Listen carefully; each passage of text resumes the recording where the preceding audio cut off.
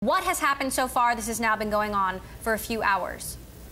Yeah, we've seen several technology CEOs meeting with some of the top advisors of the president, including the vice president, over at the White House for the last 4 hours. They've been talking about how to modernize government. They've been talking about new ways to bring the expertise of the private sector and try to translate it into government, something that previous administrations have tried to do but has been incredibly difficult, trying to make government more like Apple, more like Amazon, and more responsive to the citizens that it serves. That's what they've been doing for the last few hours. They've also talked about things like the H-1B visa program and some areas of concern that the private sector and the technology CEOs have with what President Trump has done, everything from immigration to climate to the visa issue.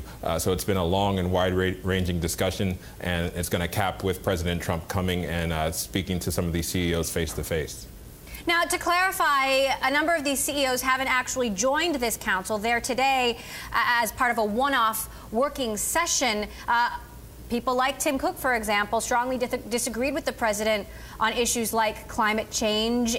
Is President Trump really going to be receptive to what they have to say?